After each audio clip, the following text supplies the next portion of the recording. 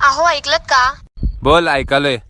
डॉक्टरांनी मला विश्रांतीची सक्त गरज आहे असं सांगितलंय आणि वातावरण बदलण्यासाठी न्यूझीलंड किंवा स्वित्झर्लंडला जायला सांगितलंय. आपण कुठे जाऊया? दुसऱ्या डॉक्टरकडे. Hello doctor. हा बोला मॅडम. अहो रोज सकाळी उठल्यावर ना माझ्या हातावर काळ्या रेषा पडलेल्या असतात. तुमचा नवरा काय काम करतोय? ते सुतार काम करतात. बर, त्यांना झोपताना ना कानातली पेन्सिल काढून झोपायला सांगा.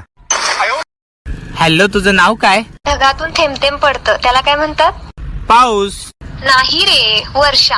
आणि तुझं नाव? म्वा, म्वा, म्वा, म्वा. नालाय का? हे कसलं नाव? पप्प्या. हेलो, क्या आप शादीशुदा हैं? नहीं, पर आप कौन? तुम्हारी बीवी। आज घर आना फिर बताऊंगी। हेलो, क्या आप शादीशुदा हैं?